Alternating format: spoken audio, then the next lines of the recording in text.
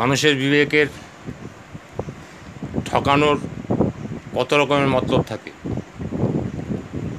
একটি লোক দোকানে গেল, 200 টাকা 400 টাকার মাল নিল, বলছে আমি ওই দোকান কত হয়েছে 400 টাকা, ঠিক আছে টাকা রাখো।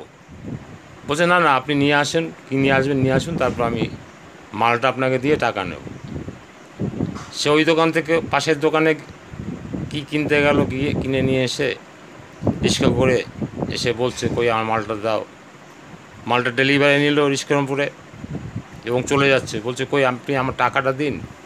বলছে কেন, আমি যে দিয়ে গেলাম, তুমি বললে 400 টাকা হয়েছে, 400 টাকা দিয়ে গেলাম। বলছে না আপনি দেননি।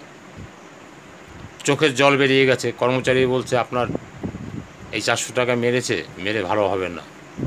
ওনাকে বললো দাদা আপনি যেই 400 টাকা মারলেন, 4 টাকা লাভ হবে কিনা তার সন্দেহ আছে, 400 টাকা মেরে দিলেন।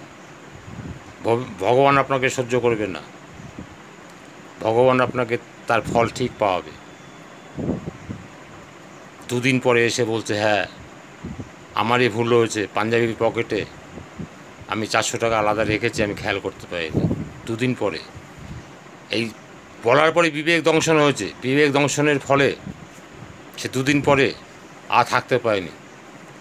এসে বলছে হ্যাঁ পাঞ্জাবি পকেটে ছিল, ভুলে গেছি। পাঞ্জাবি খুলেছে, পাঞ্জাবি পরেছে, পাঞ্জাবি রেখেছে, ভুলে গেছে। এই চিটিংবাজির ধরন এইগুলো। হ্যাঁ, যদি ধরতে পারে দিল, না ধরতে পারে নিল, এইভাবে চলে। অনেক রকম চিটিংবাজ আছে। আপনাকে সেই চিটিংবাজগুলো খুঁজে বের করে তার মন ফেরাতে হবে, তবেই তো আপনি মনুষ্যত্ব দিতে পারবেন, মানুষকে মানুষ জাগাতে পারবেন। তার মনুষ্যত্ব ফেরানোর জন্য এইভাবে তাকে পরিবর্তন করা হয়েছে। সে আর বিবেকের তাড়নায় এসে বলেছে হ্যাঁ আমারই ভুল হয়েছে, 400 টাকা আবার দিয়ে গেছে।